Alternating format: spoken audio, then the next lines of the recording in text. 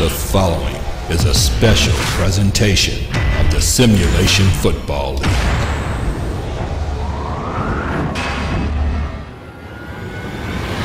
Hart's got all day to throw. Steps up, goes across his body. Oh, what a throw!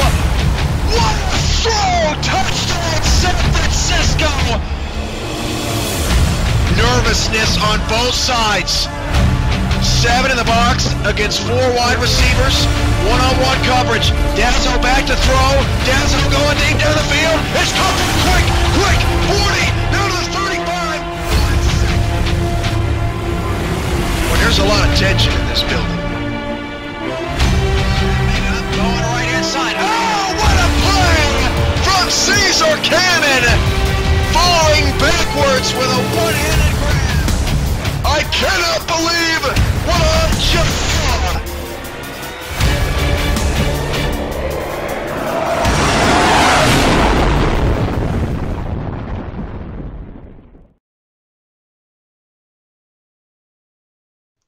Hello and good evening, everybody. This is the third episode of the SFL Update this offseason on the SFL Network on Twitch.tv. Thanks for being here. I am Cameron Irvine, and welcome all of those who have tuned in live tonight. Plenty more will be watching on demand as we have a lot of exciting announcements to make tonight. We'll review each team's transactions, contract negotiations with players they had last season. We'll break down the free agent list. We'll also have a couple of surprises along the way to display to all of you. And as you see, our yet another fantastic intro created by TJ Cag SFL, or for the SFL. Incredible job there. Also want to give a shout out to Logan Foster, who's been helping us with helmet work primarily last 2 weeks ago. You saw a lot of that on episode 2 when we unveiled new teams, and he'll be doing a lot more of that as we transition into season 6 of the Simulation Football League's season starting in January, and we'll hop right into it, but want to give a quick reminder to all of you that next week we are planning to have the expansion draft. I have not been given any indication that it would not be next Monday at 6, so we'll make sure that all 4 of our expansion teams can make that. And if you sign up to be a player in the league, you potentially could get drafted next week in the expansion draft. Another opportunity to get drafted would be in the rookie draft, which will come the first week of December. So, first, or the last thing before we dive into the signings, I want to give a shout out to all of those who are live here with us tonight. Servo222, Dart Destro MD, DR Sim 80, Flava 2K, KGB 2351, Landry Hat, Luthorn 16, Majesty 95, My Maj C, NY Kia 31, NY Knights, Final Phoenix, Sitting Here Flossin, TJ Cag SFL, True Shot Collar 1, Xanthos, and X Factor 56. We are appreciative of you being here tonight. Without further ado, let's hop into it. So, just to give an explanation, players are given a market value each year when their contracts have expired. This year, the SFL reset all contracts because we're moving to hexing. And so players basically came to owners with demands. The owners had an opportunity to meet those demands or exceed those demands. In one exception per team, they were able to sign a player while not meeting the player's demands, and then released those who they did not want to pay into free agency. Free agency is going to be light this year, as in previous seasons. 12 players will be out of a job come next year, so it'll be interesting to see who those players will be, who does not make the cut. But that's basically where we are in the offseason, and we've got a lot of signings to announce tonight. So here we go. We will start with the defending champion, DC Dragons, and they re-signed everybody. One of, I believe, just a couple of teams to re-sign their whole crew, but the team has a different look. You'll notice on the left, Zach Zuley, a Bronze Star last year, has been given a monster contract, 3 seasons, $18 million in money, $9 million guaranteed. All money is half guaranteed in the SFL. He's joined by Richard Snowden and wide receiver Greg Corky, who also got a lift. So the Dragons are spending the money to keep their offense intact. Zuli, the championship game MVP, he was phenomenal. Richard Snowden gets a nice fat contract. He will be the highest paid Dragon, and Corky gets a bump as well. DC for a while thought they weren't going to pay all these guys to meet all those demands, but they did, and then some. So the Dragons going offense next year with 3 golds at quarterback, running back, and receiver. You look at their silvers. That's Trevelyan and Oakenshield in the secondary, along with Dominique Porter, and Leroy Ambush takes a tumble. He was a gold last year, but gets the most expensive silver contract, 2 seasons, $10 million. At bronze is still Artorias, Revan, DJ Greenwood, and B.A. Bostwick. And Revan and Greenwood get a max deal for this season at bronze of $3 million. So Revan gets a bit of a boost. Greenwood gets a bit of a boost. Greenwood was a very impressive player. Finally, maybe has found a home here in DC. So the Dragons have spent 96 of the $100 million in cap space, because they have just 2 bronze players to sign. They'll either be able to do that through the rookie draft or the free agent period. Totally up to them.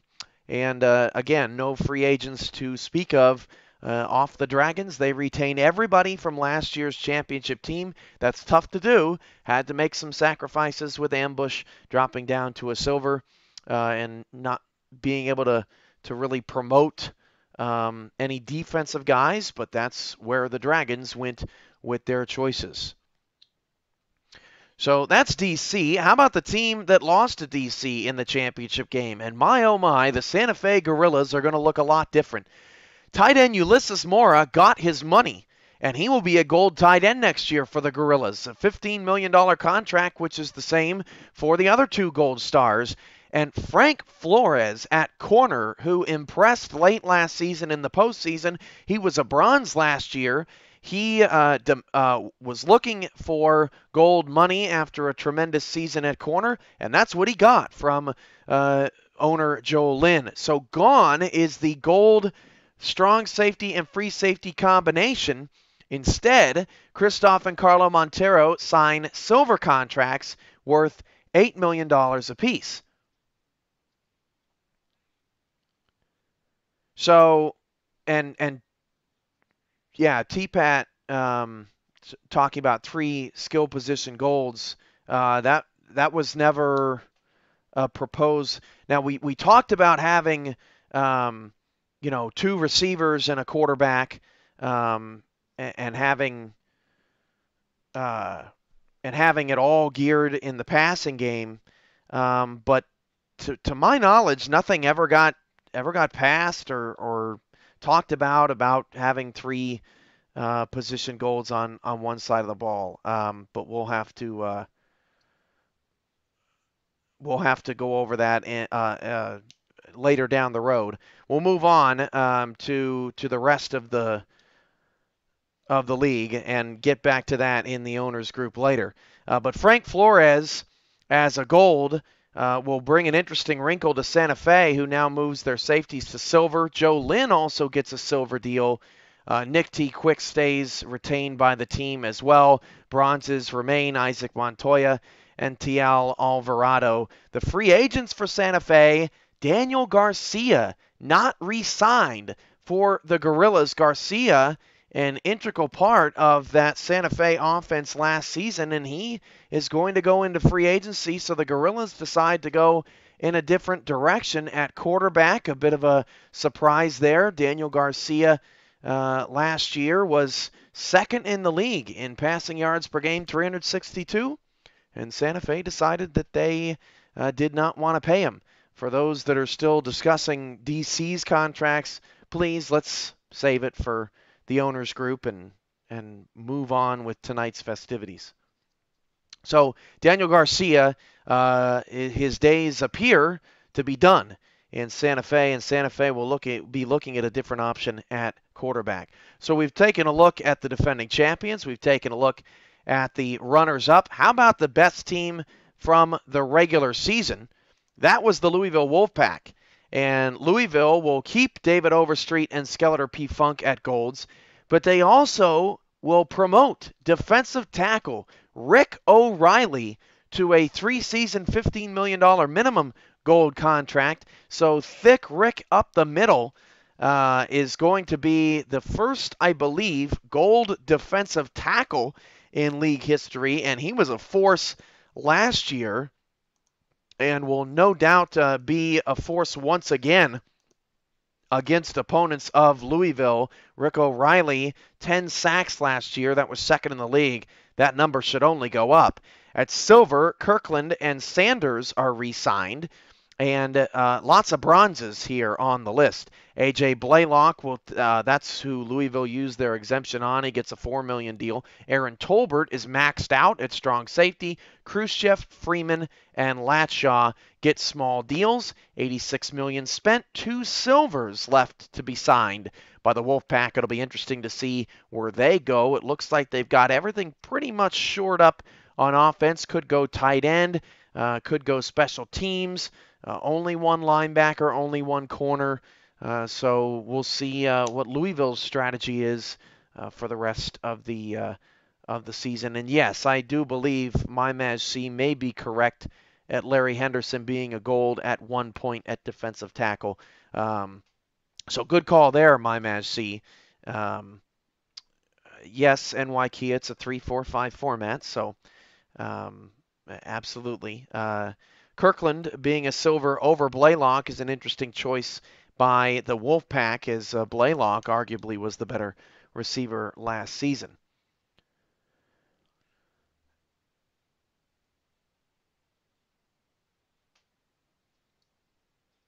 So, while everyone argues over DC still, even though I hope that they wouldn't, we'll move on. I just want to make sure that everyone is, or that I was caught up in the chat with everything that I needed to be monitoring. So we've gone over Louisville, Santa Fe, and DC tonight. How about a brand new owner? For those of you that don't know, Jamie Walsh of the Honolulu Legends stepped down a couple of weeks ago, and stepping in valiantly and coming into the fold is James Klein, the new owner of the Honolulu Legends, who's moved Honolulu all the way to the East Coast, and they are now the Carolina Skyhawks, sporting the colors of red, white, and blue, and all of their information is updated on the website. And here's what Carolina decided to do with the Legend players. And how about Johnny English? He gets the fattest contract of any player in the SFL, signed for 4 seasons, $28 million. Johnny English gets a huge payday, as Carolina will be relying heavily on Mr. English to get the job done on the offensive side of the ball. Jeb Gatlin is the other gold signed. He was a silver last year with the Legends, a minimum 3-season, $15 million contract. At silver, Caesar Cannon gets a promotion. All of the silver contracts are the same. Billy Joe Gatlin at strong safety. June Fierro at corner. Carolina actually uses their exemption on Fierro to drop him from a gold to a silver. Interesting choice there by the Skyhawks. Apparently having a gold corner not in their strategy for this season. At bronze, Yuya Iba is retained, along with Gage Wilson, who came back from retirement last season, and he will play another season on the East Coast. Just $71 million spent on the cap, 1 gold, 1 silver, 3 bronzes still left to sign for Carolina, so Carolina will be one of the free agent players out there. Lots of free agents, or lots of players released. Kevin Walker at quarterback, Bradford Unsicker at linebacker, and free safety Nathaniel Grayson looking like he will not be a Skyhawk next season.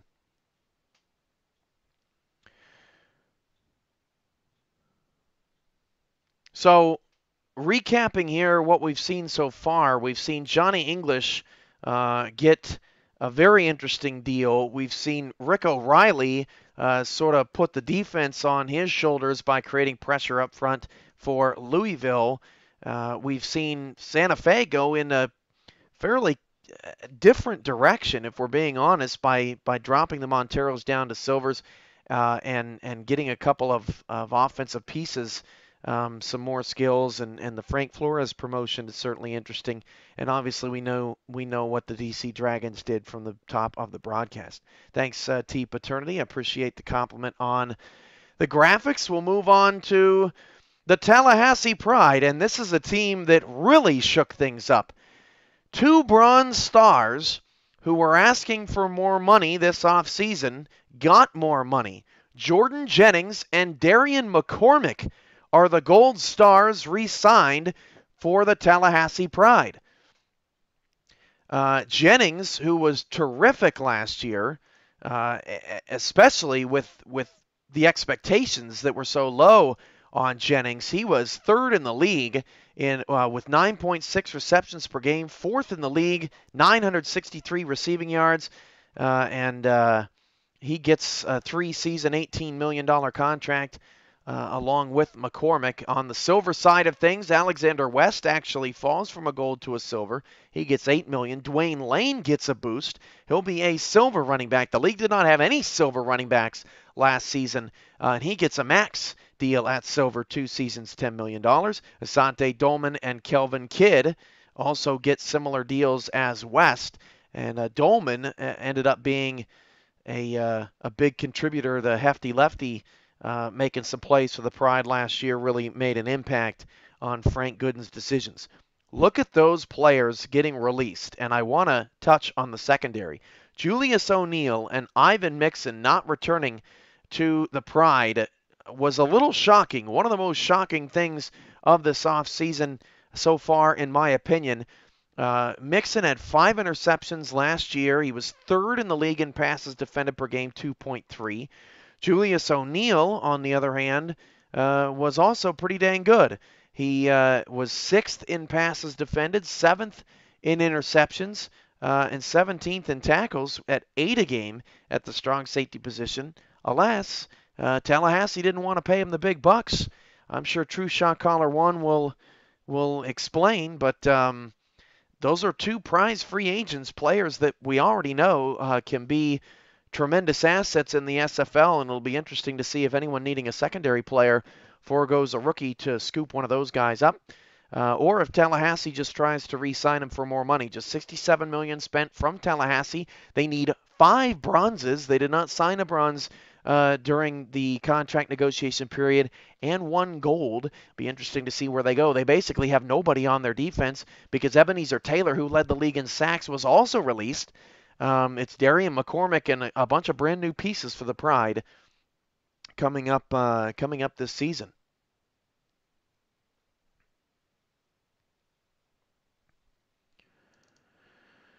Coming up next, we've got the New York Knights, now the Queen City Corsairs, who went through an identity change this offseason.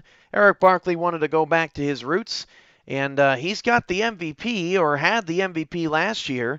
Did the MVP get re-signed this year? That answer is yes. A 3-season, $21 million contract for the MVP, Park Hee-Chol. He will be back in Buffalo for another season, along with free safety Patrick Daniel, who gets a 3-season, $18 million contract. And those are the 2 golds retained. At silver, Jake Legacy gets a boost. All of these players, $8 million. DJ McCoo, Jesus Salvador, Brock Studwell even gets a boost up to silver, 2 seasons, $6 million. Only bronze signed is wide receiver Nathan Chambers, who doesn't get any abilities. He gets the minimum, 1 season, $1 million. 1 gold and 4 bronzes left to sign for the Queen City Corsairs. They have spent $70 million of their $100 million in cap. Interesting at the bottom here, free agents. Bobby Law, not re-signed by Queen City. Bobby Law, listen to these numbers. Law last year was 4th in the league in tackles, 10.5. 8th in the league with 12 tackles for loss, and that's 10th in the league per game in tackles for loss. Even had a couple of interceptions too, so one of the league's best tacklers last year. Bobby Law will be a free agent along with quarterback Wes St. Clair, cornerback Marco Silva. That's the 3rd quarterback who's entered into free agency already.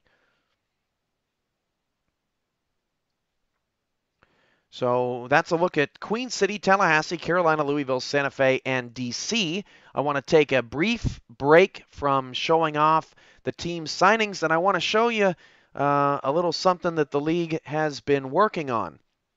So this season,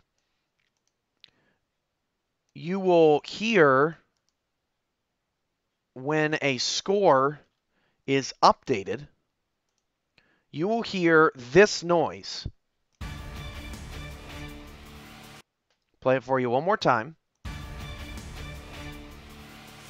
From our theme song, you will hear that during the broadcast, and that will alert you that the scoreboard has been updated at the top of the screen on our scoreboard update. I'm not quite sure if it's going to be a ticker just yet or just a notification on the left-hand side of the screen, but one or the other, that will alert you to an update. And later, we will have a highlight from games around the league. And this is what the screen will look like. You'll see the highlight on your left. We'll still keep the live game going.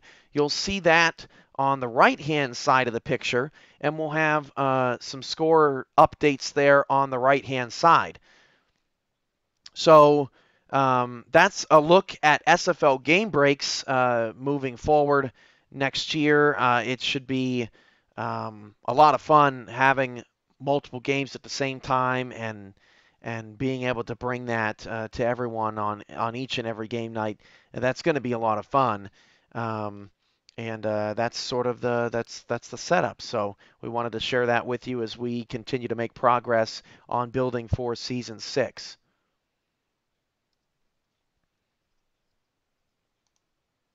So back to the signings here. Just wanted to break things up a bit for you.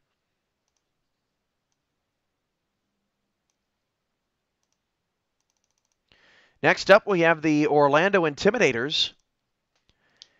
And Orlando is the only team to offer 5 abilities to a gold.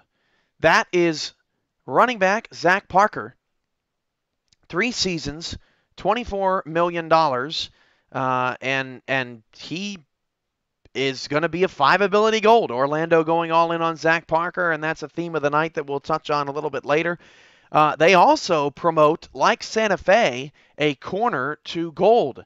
That's A.J. Lacoste. A 3-season, $18 million contract. Lacoste, a longtime team captain, a former member of the Knights. He's won a couple of SFL championships.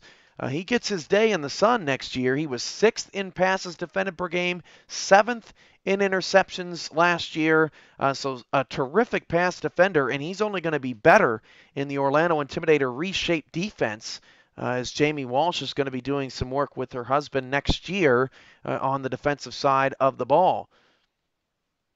So Zach Parker gets a major signing there, and that is some big-time news from the Orlando Intimidators. It's silver. Stephen Lambert, for the first time in his career, will not be a gold. He gets an $8 million contract, as do 3 of his other teammates.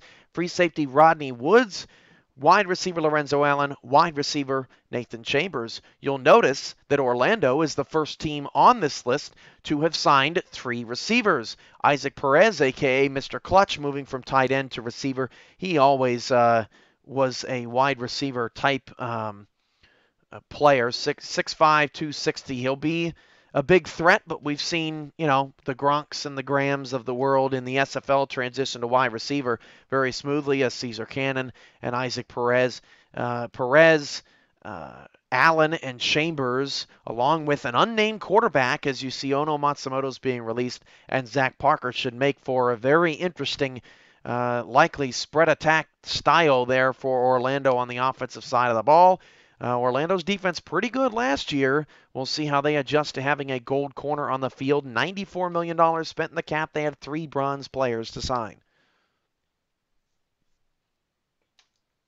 So that's a look at the Orlando Intimidators. Next up is the Cleveland Vipers, who's got a new head coach in Spec Poo 1424, but Ronnie Nickens still running the show. And here are the final contract negotiations from Cleveland, and they are rolling with Scott King. He's been with the franchise since the SFL began, and he will be paid more than he's ever been paid before. An $18 million three-season contract for Scott King, who's going to be leading that offense. After a bit of a down year last year, the Vipers not ready to give up on the wily veteran just yet. Cameron Brantley also moves up to a gold at linebacker. Servo 222 is full of the criticisms tonight. It brings me back down to earth, so mad respect there, Servo 222. I appreciate that. At Silver, max Silver contracts for quarterback Caleb Wright and running back Chris Davis, who struggled in his first year and is back for a second. Caleb Wright was a gold last year. He takes a bit of a step back in the offense, but when you're throwing to Scott King, that'll make for a very interesting combination. Noel Kreis at receiver gets a two-season, $8 million contract, so two pretty big weapons there for Caleb Wright as the Cleveland Viper offense tries to improve on a tough season last year. At bronze, Koyama Shigeki, Ahmad Arrington, Jordan Gray, and Zach Alfage retained. Gray gets a max bronze for one season, and Shigeki and Arrington get two-season deals so that the Vipers, not wanting to take a hit with all their bronzes just yet, $78 million spent in the cap, but one gold, one silver, and one bronze left to sign. Lee Tuck-Inyuk at defensive tackle, the only Cleveland Viper casualty. Next up, Baltimore Crabs. And Baltimore really has surprised this offseason. Who dat, out dat, gets a gold contract. A three-season, $18 million deal. He was looking for silver money. Baltimore says, we'll do you one better. And DR Sim ends up with the silver deal. 2 seasons, $8 million. Something must have happened there with Baltimore as they are really feeling like Demetrius Outdat is finally going to step into the spotlight. Elliott Snyder gets a new fresh deal coming off of an injury. And outside linebacker Joe Dazzo will anchor the defense once again on a minimum gold contract, 3 seasons, $15 million. At silver, quarterback Mike Dazzo is retained at a max contract, as is cornerback Alexander Brown, 2 seasons, $10 million each. Eddie Gage, 2 scoops, joins DR Sim, 2 seasons, $8 million. Only one bronze is re-signed. Free safety Dwayne Blackwell. And actually, Eddie Gage and Blackwell should be switched. If we're going by last season, Gage was free and Dwayne was strong. A 1 season, $3 million deal, so a max bronze on Blackwell, a max silver on Dazzo and Brown. So interesting where Baltimore has spent their money. Free agents, Kenneth Lyons at corner. And how about linebacker Henry Hittner? He will be in free agency. I tell you what, the linebacking core in free agency is really something. Hittner, last season, 6th in the league in tackles, 10.1 per game, and was also 13th in passes defended per game, 1.3 as a linebacker. So 2 of the top 10 tacklers last season in the free agency market. Anyone in need of a linebacker could certainly look at the formula from Hittner and Laws past and really make a killing there.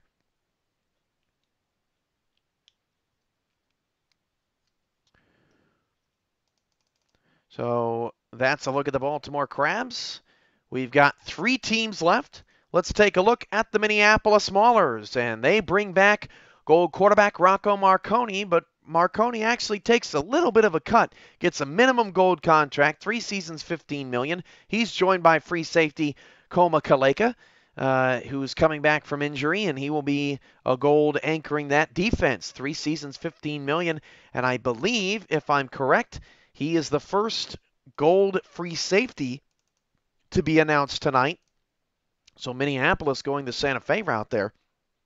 At silver, James Cooley and Freeman Goodspeed. Goodspeed, a receiver for all of his SFL career, was a running back last year in Minneapolis, but got hurt. That didn't work out. So Goodspeed is back at receiver, And Goodspeed and Cooley will once again try to be a 1-2 punch. They get max silver contracts, 2 seasons, $10 million. That should be fascinating to watch, as Cooley has always been special, but Cooley not a gold.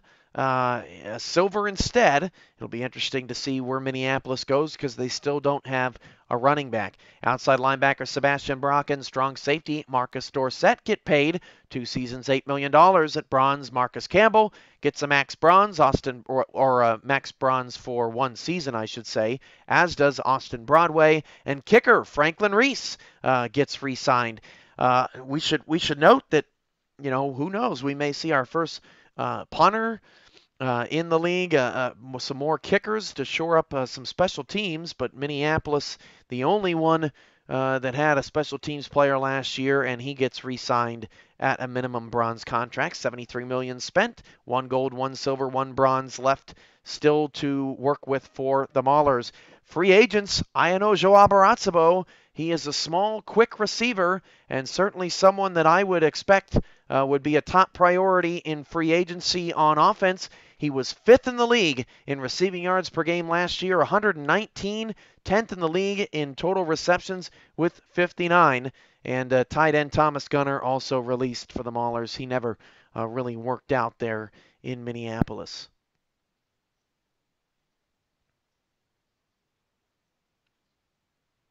Yeah, Patrick Daniel, I apologize. Queen City, also a gold free safety with Patrick Daniel. Next up, the Oklahoma City Renegades. And like Ulysses Mora, Tiberius Bovine also gets a paycheck. 3 seasons, $18 million, gold tight end. So Santa Fe and Oklahoma City go the gold tight end routes. They did not play each other last season. Santa Fe and Oklahoma City now in the same conference. So a battle of gold tight ends will make that a very interesting and compelling matchup. Pete Bruschi returns with a fat 3-season, $21 million contract. Free safety Billy Joe Casper joins the ranks of gold players as linebacker Adam Stackhouse, who's been a gold in Oklahoma City for the last 5 seasons, is released. Another top-tier linebacker gone into free agency.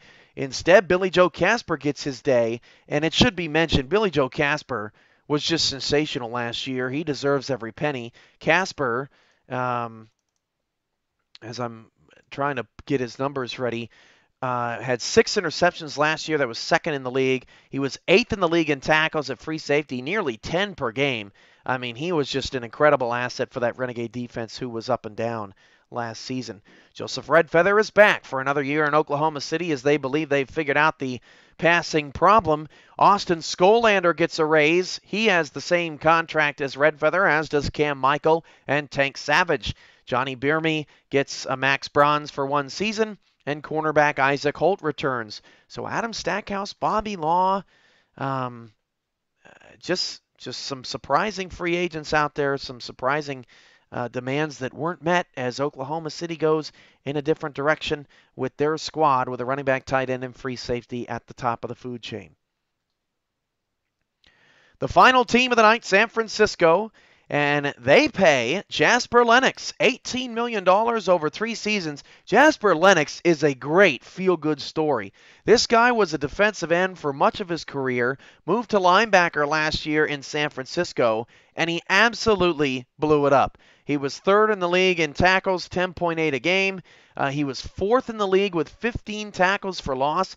He was the best player on that San Francisco defense, and the Bulldogs have rewarded him with a gold contract. Donald Miller moves down to a silver, a max silver, but arguably that's where Donald Miller should thrive the most in San Francisco. The Bulldogs don't really have a shoot-'em-out type offense, so moving Miller down there should not necessarily help his numbers, but make them a little bit more realistic, as Donald Miller a bit frustrated with his role last year, but San Francisco trying to counter that by putting him in a better position to succeed. Running back Keanu Tuiasosopo also moved down from a gold to a silver. So San Francisco putting a little bit more focus on defense during this period. Tight end Rex Norton is moved up to a silver, 2 seasons, $8 million. So San Francisco is going to look a lot different next year. Roosevelt Wallace and Andrew Ball are also re-signed at defensive end and corner. San Francisco's got a lot of work to do. They're going to have to still sign 2 golds, a silver, and 3 bronzes. Tough to tell exactly what the Bulldogs are going to look like in the end. They've only spent $55 million. Quarterback Jasper Hart, wide receiver Xavier Brunson, corner Mike Sudalovich, and defensive tackle Larry Henderson all released.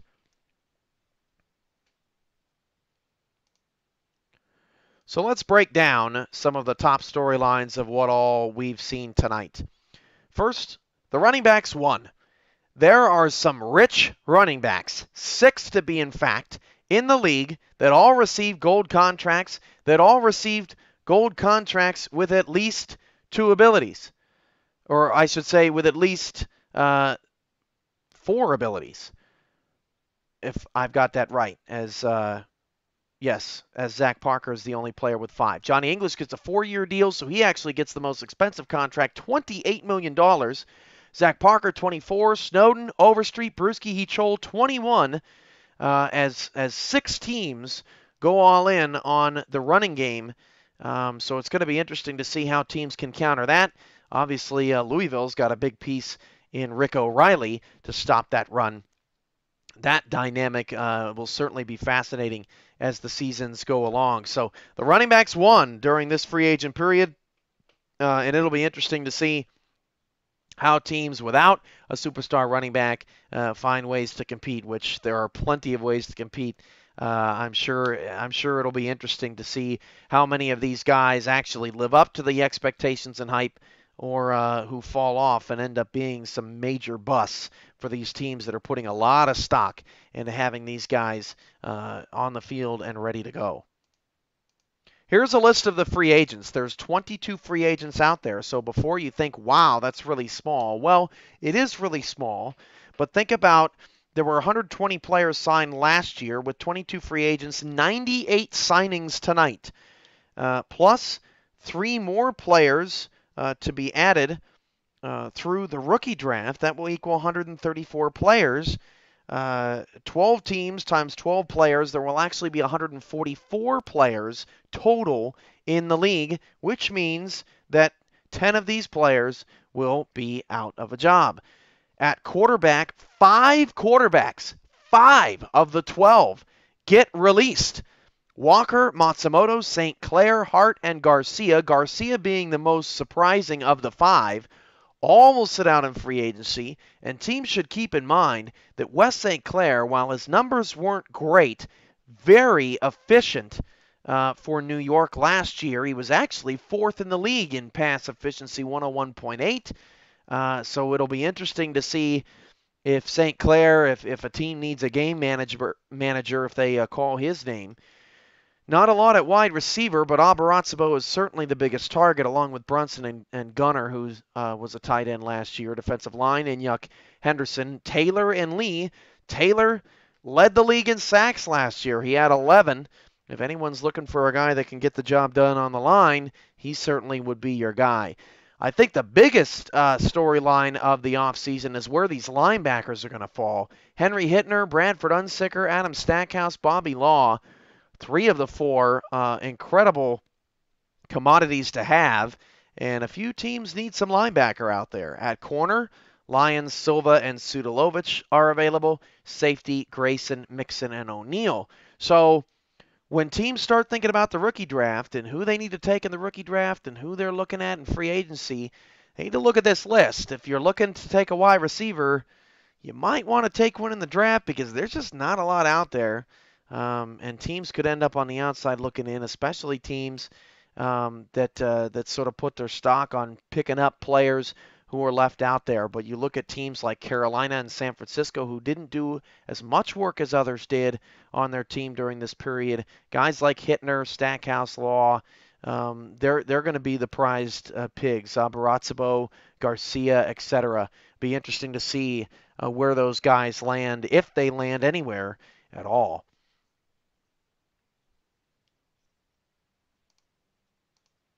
Finally, from role player to star, these are bronze players who got gold contracts this year. Now some who are in the leagues in the know would jump and say, oh, I thought you couldn't have a bronze, go to a gold. Well, keep in mind that all of these players were demanding at least silver market value. So that's how they were able to transition into the big paydays. Tallahassee promotes 2, Jennings and McCormick. Frank Flores also bronze to gold. Jasper Lennox for San Francisco, bronze to gold. A.J. Lacoste for Orlando, bronze to gold. Zach Zulli, bronze to gold quarterback. And for Baltimore, bronze to gold, Demetrius Outdat. We've covered a lot, as we usually do on the SFL update tonight. Does anyone have any questions relating to anything regarding the DC contracts, which will be discussed later this evening, I'm sure, in the Facebook group after an issue was raised earlier tonight in the chat? Does anyone have any questions? Did anyone miss anything or need me to go over anything one last time? While I'm waiting on any potential responses, I just want to shout out one more time to all of our viewers. Servo222, Bondo24, Dart Distro MD, DRSim80, Flava2K, Ghost of Crux, Simon F and Problem, Jason1347, KGB2351, Landry Hat, Luthorn16, Mole, Holt, MyMaj NY Kia31, NY Knights, Final Phoenix, Sitting Here Flossin, Spec Poo 1424, TJ Cag SFL, T Paternity, True Shot Caller 1, Xanthos, and X Factor 56.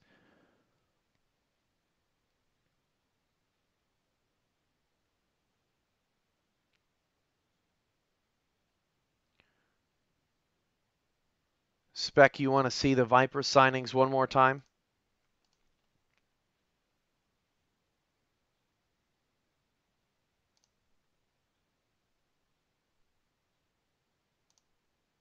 So Landry has a question. Expansion teams do not participate in the rookie draft or free agency. That is correct. So here's the timetable on expansion teams. We'll actually know their full roster in a couple of weeks. Expansion teams will have the expansion draft next week, where they will draft 2 to 3 rookies out of the list of people who applied. If you're a player here tonight wondering what team you're going to be on, that question could potentially be answered next week. The following week, we will meet the rest of the teams, and it will be laid out very similarly to this. So we'll actually see the entire roster, the 3, 4, 5, gold, silver, bronze lineup for each of the expansion teams, and the expansion teams' rosters will be done. They will be ready to go, like most of the teams from last season's rosters are almost ready to go. Free agency will be, I believe, the first week of December, and by then rosters will be set. We will be done, and we will begin, or we will be finishing up the hexing process to get the rosters out to all the owners.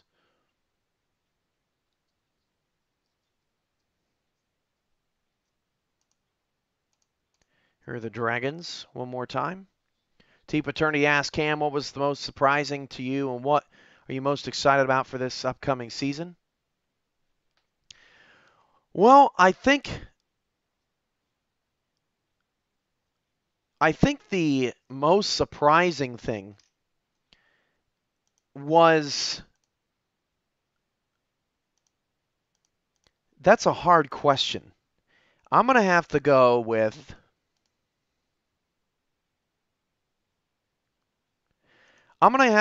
Tallahassee. They made it to the semis. Clearly, that wasn't good enough. They let 4 defenders go on a defense that was, they just didn't meet expectations. West takes a dip. Dwayne Lane gets upgraded. Jennings and McCormick become brand new golds on the squad. I mean, last year it was Taylor and West, and now neither are golds.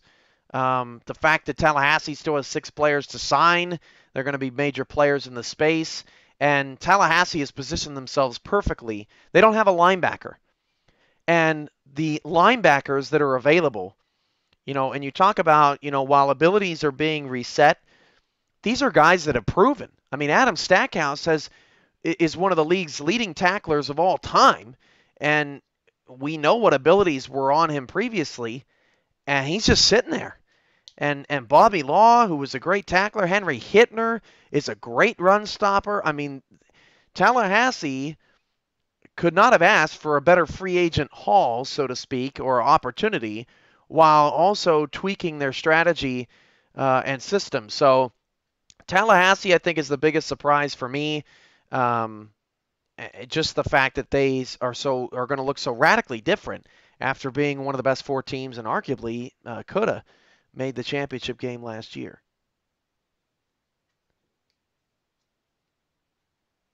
NY Knights asks, are these rosters going to be posted on Facebook, the webpage? That is a great question, and I'm so glad you said something because I can actually show you what they're going to look like on the website here tonight.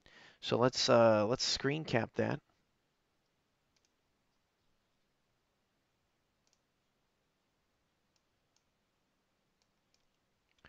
All right, so here's the website. So first of all, if you haven't been to the team pages, you can click on any one of the team logos. They will highlight up. So if you want to take a look at Sioux Falls and what Sioux Falls has going for them, you'll see the stadium in the background, their bio, any record from before, and on teams that have had previous seasons, you'll see their photos to the side through slideshows, and you'll see all of that. But you see here, there's roster, and this is what it's going to look like. So Baltimore's up as an example. So here are the players that Baltimore signed. And if you click on Elliott Snyder, his picture will come up, and you'll see at the bottom, he'll have his name, the contract that he signed, and then it will have his total career totals, and those numbers are not official. I was just putting them in to show the example. And you'll be able to see each team's players that are on their roster and their information, and it will be in order of the most expensive contracts, so the most important players. So Snyder, followed by Outdat, Dazzo, Mike Dazzo, Alexander Brown, Eddie Gage, DR Sim, and the list will go on down the line. Each team will have links to their players, and as soon as we can get that up on the website for all the teams, we will absolutely do so.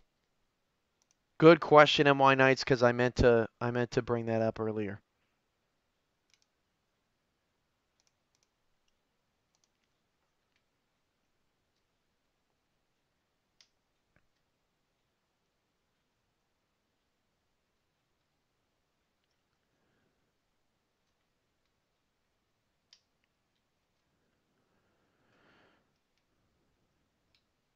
All right, so glad everyone is happy with that. I think that we're just about done here. We'll show the intro one last time as we count down just another week until Season 6. This has been another SFL update, and we are excited to keep on trucking. Expansion draft next week. If you were a player, you will be receiving, or if you applied to be a player, you will be receiving an email tomorrow letting you know that you potentially could be drafted next week.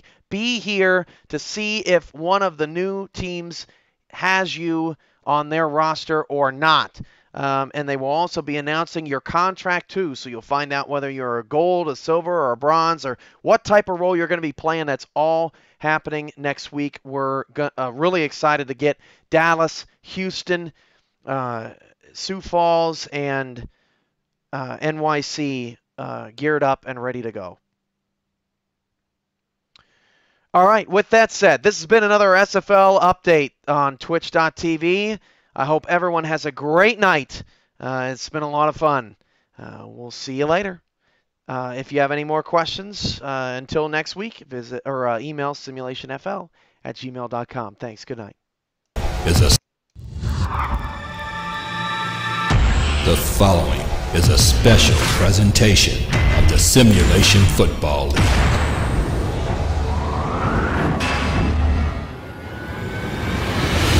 Got all day to throw, steps up, goes across his body. Oh, what a throw! What a throw! Touchdown, San Francisco! Nervousness on both sides. 7 in the box against 4 wide receivers. One-on-one coverage. Dazzo back to throw. Dazzo going deep down the field. It's coming quick, 40, down to the 35. There's a lot of tension in this building. Going